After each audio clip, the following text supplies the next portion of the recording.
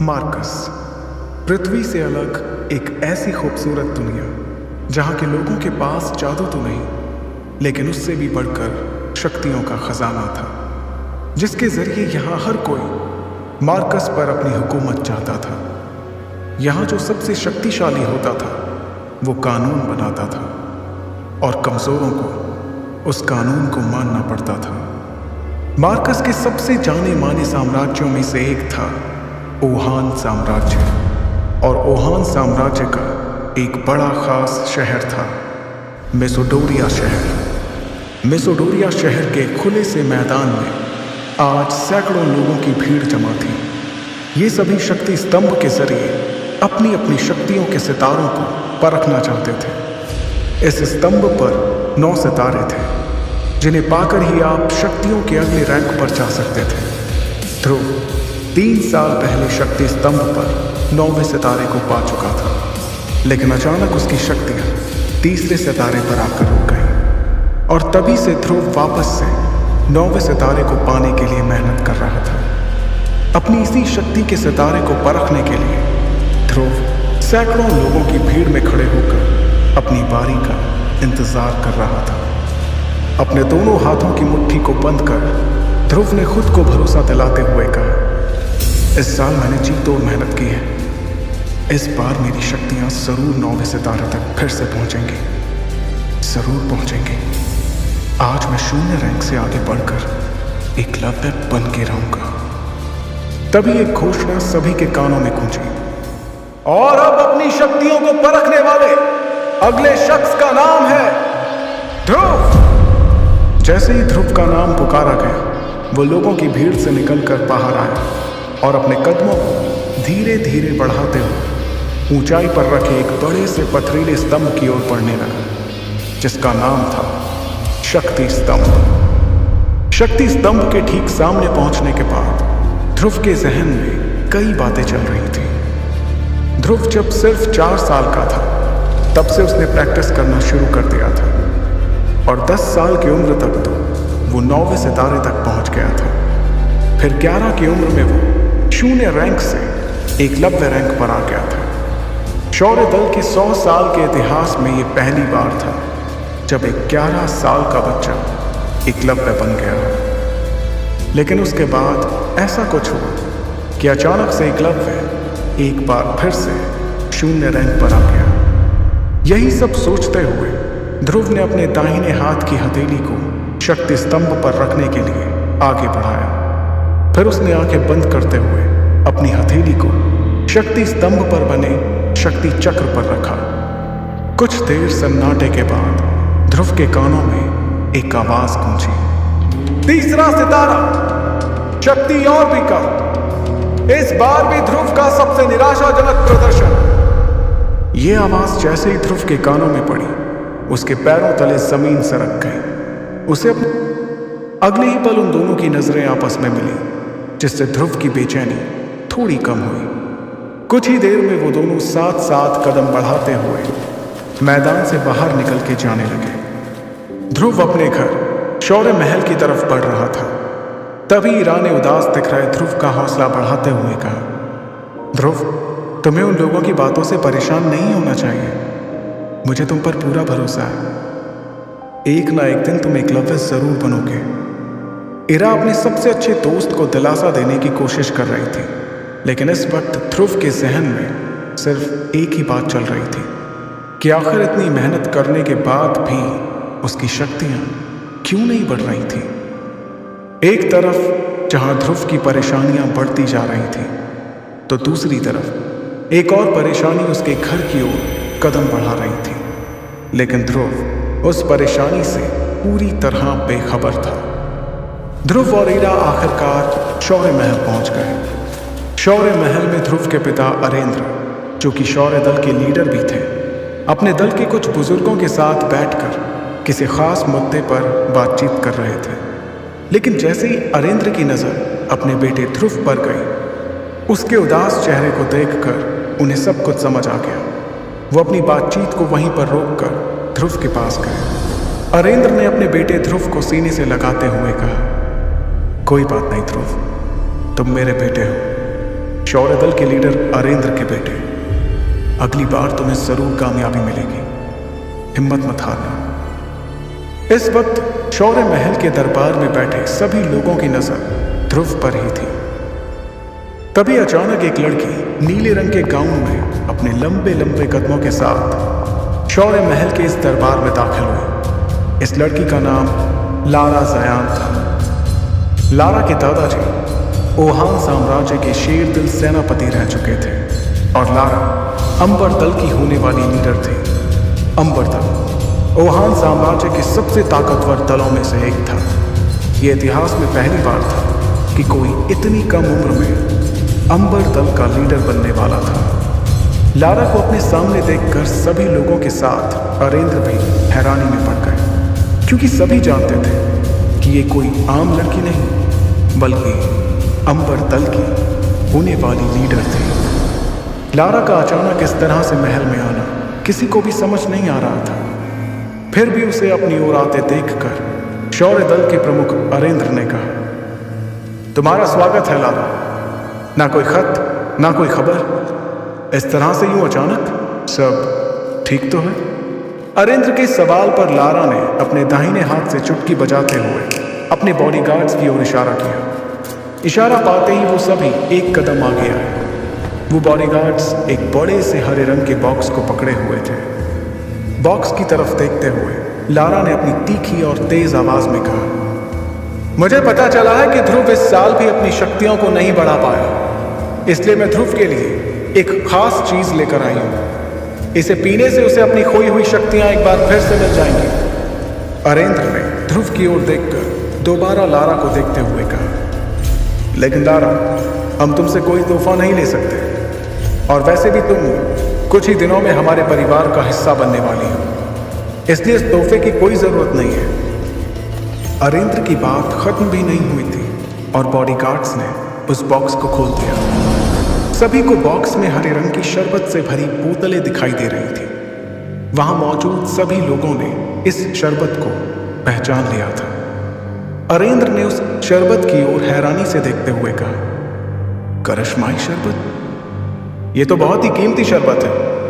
हम तुमसे इतना कीमती तोहफा बिल्कुल भी नहीं ले सकते लारा।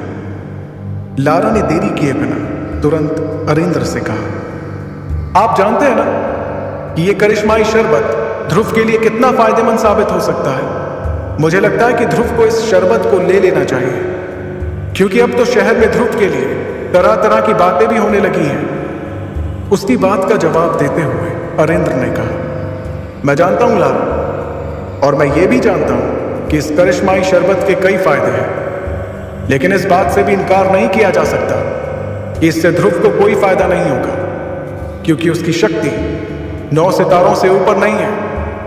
और तुम ये जानती होगी कि अगर 9वें सितारे से कम शक्ति वाला कोई इस शरबत को लेगा तो इससे उसकी शक्तियां और भी कम हो सकती हैं। अरेंद्र अपनी बात को पूरी करते उसके पहले ही लारा ने उन्हें टोकते हुए कहा, हाँ, मैं जानती हूं कि शक्तियां कम भी हो सकती हैं, तो इसमें इतना परेशान होने वाली कौन सी बात है? ध्रुव का शक्ति का सितारा तो वैसे भी 3 पर ही है। ध्रुव के पास अब हारने को बचा ही क्या है? इससे पहले कि अरेंद्र कुछ कहते, लारा की इस बात पर अब ध्रुव ने अपनी चुप्पी तोड़ते हुए कहा, मैं कभी भी अपनी शक्तियों को इस तरह से नहीं बढ़ाऊंगा लारा। तुमने ये सोच भी कैसे लिया? लारा ने भी तुरंत इस बात का जवाब दिया, अच्छा, तो फिर तुम किस तरह से अपनी शक्तियां बढ़ाओगे? वैसे जैसे पिछले 3 साल से बढ़ा रहे हो। लारा की इस बात का ध्रुव के पास कोई जवाब नहीं था। लारा ने अरेंद्र के पास जाकर उन्हें इत्मीनान से कहा, ठीक है, अगर आप इस करिश्माई शरबत को तोहफे के तौर पर नहीं लेना चाहते, तो क्या आप मुझे इसके बदले में कुछ दे सकते हैं? लारा की इस बात पर अरेंद्र ने बिना कुछ सोचे समझे कहा, हाँ, बिल्कुल, क्यों नहीं। हम तुमसे इस शरबत को लिए बिना भी तुम्हें जो चाहिए वो दे सकते हैं। लारा ने बेझिझक जवाब दिया, मेरे और आपके परिवार के बड़े लोगों ने सालों पहले ध्रुव और मेरा जो रिश्ता तय किया था, मैं उसे आज तोड़ना चाहती हूं। लारा के मुंह से इस बात को सुनकर ध्रुव, उसके पिता अरेंद्र और वहां पर मौजूद सभी लोगों के पैरों तले जमीन सरक गई। एक पल के लिए वहां सन्नाटा छा गया। किसी को भी इस बात पर यकीन नहीं हो रहा था कि लारा ने अपने और ध्रुव के रिश्ते को तोड़ने की बात कही थी। अगले ही पल अरेंद्र ने अपनी नाराजगी जाहिर करते हुए तेज आवाज में कहा, लारा, ये जानते हुए भी कि यह रिश्ता तुम्हारे और हमारे परिवार के बड़े लोगों ने तय किया है, तुम कैसे रिश्ते को तोड़ने की बात कर सकती हो? तुम जानती हो ना ये कितना गलत माना जाता है? अरेंद्र की नाराजगी के जवाब में लारा ने बड़ी ही बेफिक्री के साथ कहा, यह रिश्ता जरूर परिवार के बड़े लोगों ने तय किया था, लेकिन तब और अब में काफी फर्क आ चुका है। आज मेरे और मेरे परिवार के लोगों की शक्तियां कहां से कहां पहुंच चुकी हैं, जबकि ध्रुव पिछले 3 सालों से वहीं पर अटका हुआ है। लारा के मुंह से अपने और अपने परिवार की बेइज्जती होते देखकर अब ध्रुव से रहा नहीं जा रहा था। उसे लारा पर बहुत गुस्सा आ रहा था। तभी लारा ने अपनी बात को आगे बढ़ाते हुए कहा, और वैसे भी सभी जानते हैं कि मैं इस वक्त अंबर दल की लीडर बनने वाली हूं, और इसके लिए ये बहुत जरूरी है कि मेरा किसी कमजोर के साथ कोई संबंध ना हो। इसलिए बेहतर यही होगा कि यह रिश्ता आगे बढ़ने से पहले यहीं पर टूट जाए। अंबर दल की लीडर बनने वाली बात पर गौर करते हुए अरेंद्र ने उससे कहा, तो यह है असली बात, बाकी सब तो तुम्हारे लिए एक बहाना था, सिर्फ एक बहाना। तुम्हें परिवार की कोई फिक्र नहीं है, तुम्हारे सिर पर तो सिर्फ सबसे शक्तिशाली बनने का जुनून सवार है, और इसलिए तुम इस रिश्ते को तोड़ना चाहते हो। इस बार लारा ने बेशर्मी से जवाब देते हुए कहा, तो आप भी बताइए कि मैं कैसे उस इंसान से अपना रिश्ता जोड़ लूं जो पिछले 3 सालों से अपनी शक्तियों को बढ़ा नहीं पा रहा। लारा की इस बात का वाकई में वहां पर किसी के पास कोई जवाब नहीं था। तब लारा ने दोबारा उस करिश्माई शरबत की तरफ देखते हुए कहा, अब आपके लिए यही बेहतर होगा कि आप मेरी बातों को मान लें और इस करिश्माई शरबत को स्वीकार करते हुए इस रिश्ते को तोड़ दें, क्योंकि आप भी जानते हैं ये शरबत कितना कीमती है और ध्रुव के लिए कितना जरूरी है। अब ध्रुव के सब्र का बांध भी टूट चुका था। वो लारा के ठीक सामने आकर खड़ा हो गया और उसकी आंखों में आंखें डालते हुए बोला, ठीक है, तुम्हें इस रिश्ते को तोड़ना है तो ये टूटेगा, जरूर टूटेगा। ध्रुव के इतना कहते ही सभी हैरानी से उन दोनों के चेहरे की तरफ देखने लगे। तभी ध्रुव ने अपनी बात को आगे बढ़ाया, लेकिन इस रिश्ते को तोड़ने से पहले हमारी शादी होगी और उसके बाद मैं तुम्हें तलाक देकर इस रिश्ते को हमेशा हमेशा के लिए तोड़ दूंगा। बताओ, है मंजूर? ध्रुव की इस बात पर लारा ने तपाक से गुस्से में झल्लाते हुए कहा, यह क्या बकवास कर रहे हो तुम? तुम्हें मालूम भी है इससे मेरे परिवार की कितनी बदनामी होगी? तब ध्रुव ने बड़े ही इत्मीनान से जवाब देते हुए कहा, तो जो तुम कर रही हो उससे हमारे परिवार की बदनामी नहीं होगी? जब बदनामी होनी ही है तो क्यों ना दोनों की ही हो? इस जवाब पर लारा ने तेवर दिखाते हुए कहा, मुझे यकीन नहीं आ रहा है कि मैं उसी ध्रुव से बात कर रही हूं जिसे मैं कुछ सालों पहले मिली थी। ध्रुव ने बिना वक्त गवाए अपने उसी अंदाज को बरकरार रखते हुए कहा, मुझे भी यकीन नहीं हो रहा है कि कैसे तुम इस करिश्माई शरबत की आड़ में इस रिश्ते को खत्म करने के लिए बिना कुछ सोचे समझे यहां चली आई। इतनी बातें करते हुए ध्रुव और लारा दोनों के चेहरे एक दूसरे के बहुत ही नजदीक आ गए थे। उन दोनों की आंखें एक दूसरे को घूरे जा रही थी। माहौल गर्माता हुआ देखकर लारा के बॉडीगार्ड्स अपनी जगह से आगे बढ़े, लेकिन अगले ही पल लारा का एक इशारा मिलते ही उन सभी ने अपने आप को रोक लिया। फिर लारा ने अपनी बात को आगे बढ़ाते हुए कहा, मेरे पास एक तरीका है जिससे हम इस रिश्ते का फैसला कर सकते हैं। ध्रुव ने उससे पूछा, वो क्या है? लारा ने कहा, 3 साल बाद हम दोनों के बीच एक मुकाबला होगा। अगर उस मुकाबले में मैं जीत गई तो तुम्हें इस रिश्ते को तोड़ना होगा। और अगर तुम जीत जाते हो तो वही होगा जो तुम चाहोगे। लारा की ये शर्त सुनते ही शौर्य महल में एक सन्नाटा छा गया था। अब सभी की नजरें ध्रुव के जवाब का इंतजार कर रही थी। क्या ध्रुव अपनी मंगेतर लारा की शर्त मानेगा? आखिर क्या वजह है जो ध्रुव की शक्तियां पिछले 3 सालों से आगे नहीं बढ़ पा रही थी? कैसे लड़ेगा ध्रुव अपने से शक्तिशाली लारा से? जानने के लिए सुनते रहिए शक्ति चक्र, सिर्फ पॉकेट एफएम पर।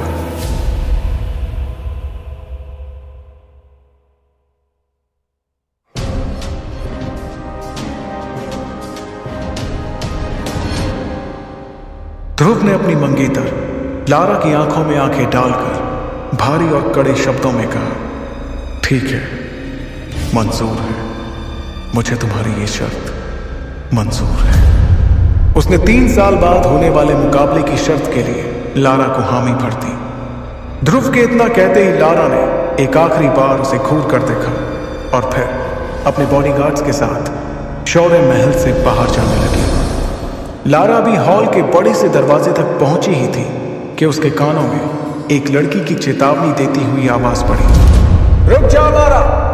जैसे ही लारा ने मुड़कर देखा तो उसे गुलाबी रंग के गाउन में इरा दिखाई दी। इरा दिखने में बहुत ही खूबसूरत थी और किसी भी तरह से वो लारा से कम सुंदर नहीं थी। एक जालीदार खिड़की के पास में खड़ी इरा के चारों तरफ से सूरज की रोशनी अंदर आ रही थी, जिससे इरा को देखकर ऐसा लग रहा था मानो वो कोई स्वर्ग से आई हुई अप्सरा हो। इरा ने लारा को देखते हुए कहा, मैं जानती हूं कि आज तुमने जो कुछ भी किया है तुम्हें उस पर कोई पछतावा नहीं हो रहा होगा, क्योंकि अब तो तुम्हें ध्रुव का सामना करना ही होगा। और हां, एक बात और, कभी ये मत सोचना कि तुम अंबर दल की लीडर बन गई तो हम लोग डर जाएंगे, क्योंकि शौर्य दल में तुमसे ताकतवर लोग भी मौजूद हैं।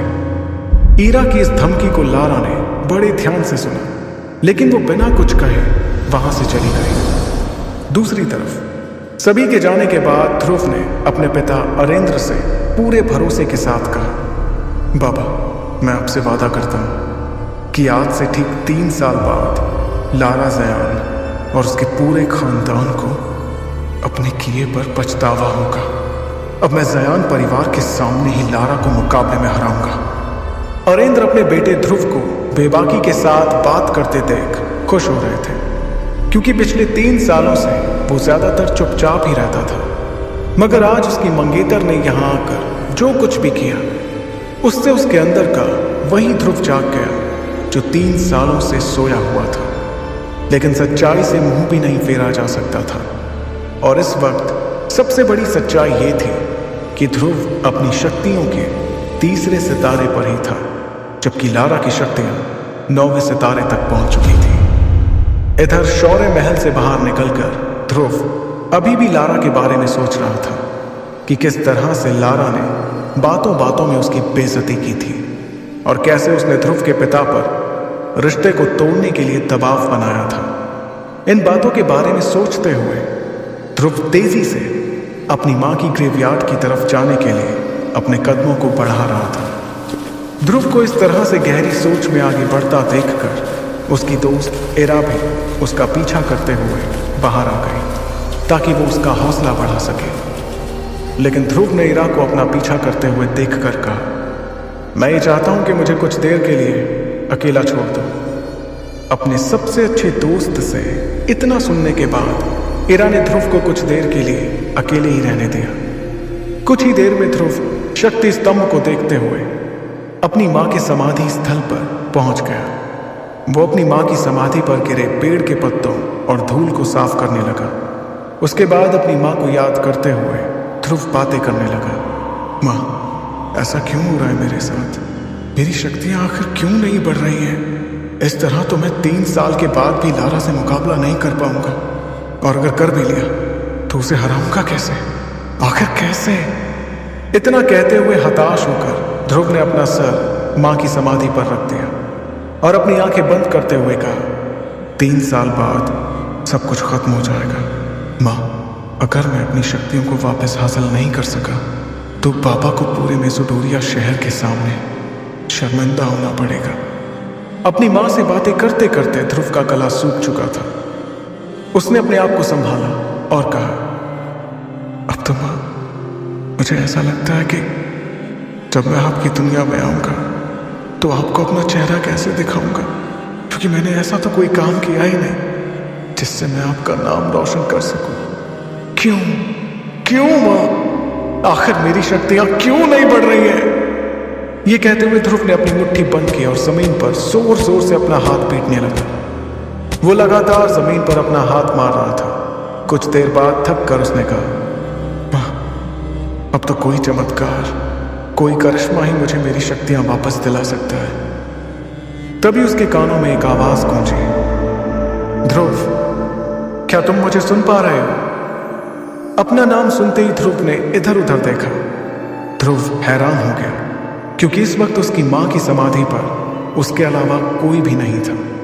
तभी उसके कानों में दोबारा वही आवाज गूंजी, ध्रुव, ऐसा लगता है कि तुम किसी मुसीबत में हो और तुम्हें थोड़ी मदद की जरूरत है। इस बार इस आवाज को सुनकर ध्रुव अपनी जगह पर खड़ा हो गया और समाधि के चारों तरफ घूम कर देखने लगा, लेकिन उसे वहां कोई भी नजर नहीं आया। तभी एक बार फिर से उसके कानों में वो आवाज सुनाई पड़ी, मुझे इधर उधर ढूंढना बंद करो ध्रुव, मैं तो तुम्हारी अंगूठी में हूं। इतना सुनते ही उसने अपने सीधे हाथ की एक उंगली में काले पत्थर से बनी एक अंगूठी की तरफ देखा। यह अंगूठी ध्रुव को उसकी मां का दिया हुआ आखिरी तोहफा था।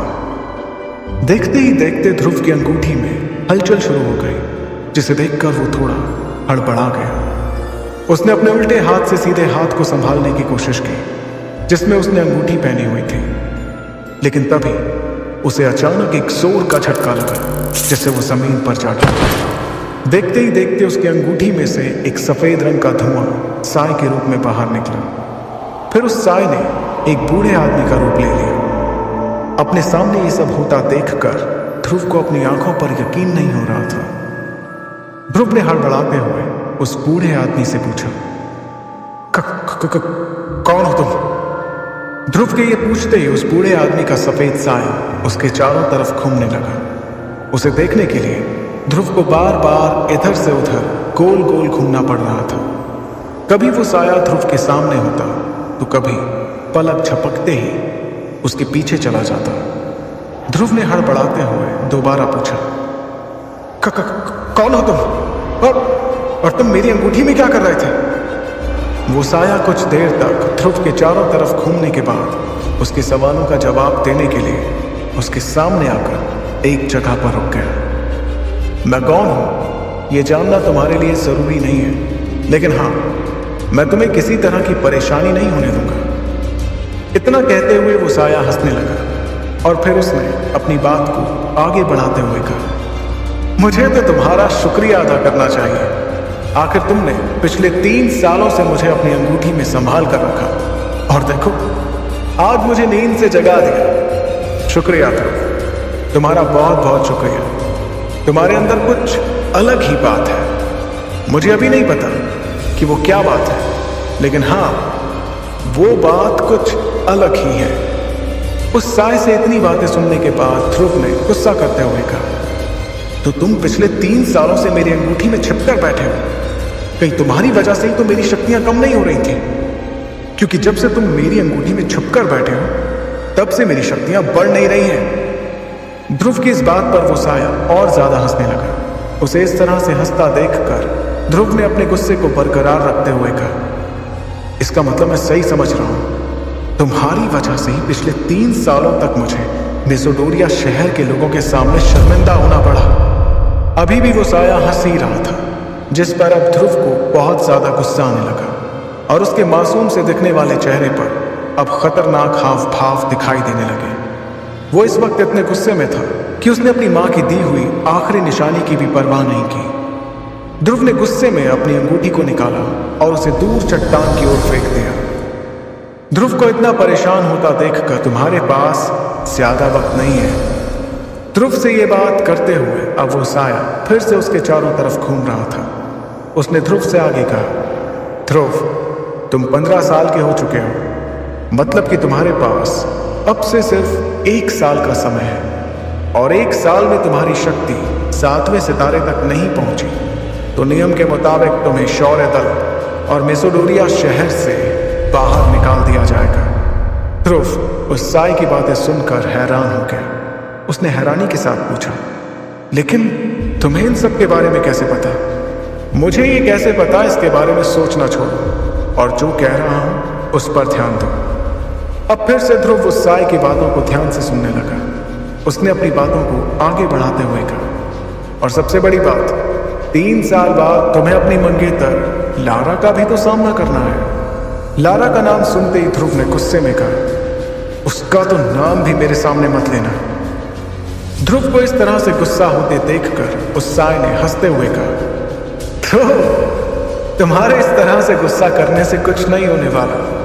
अब तुम्हें अपने सच को स्वीकार कर लेना चाहिए और तुम्हारा सच यही है कि 3 साल बाद तुम्हें अपनी मंगेतर लारा का सामना करना होगा। इस बार ध्रुव ने आगे जाकर उस साई से पूछा, तो क्या करूं मैं?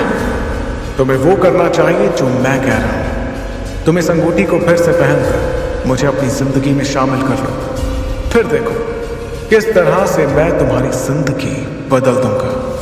मैं तुम्हें इतना शक्तिशाली बना दूंगा कि तुम अपने सामने आने वाली हर मुसीबत का सामना हिम्मत से कर पाओगे। और हाँ, डरो मत, इस बार मैं तुम्हारी शक्तियों को नहीं लूंगा। ये बात तुम्हें बाद में समझ आ जाएगी कि अब तक ऐसा क्यों किया मैंने। धीरे धीरे तुम्हें इसका कारण समझ आ जाएगा, लेकिन अब तुम्हें डरने की जरूरत नहीं।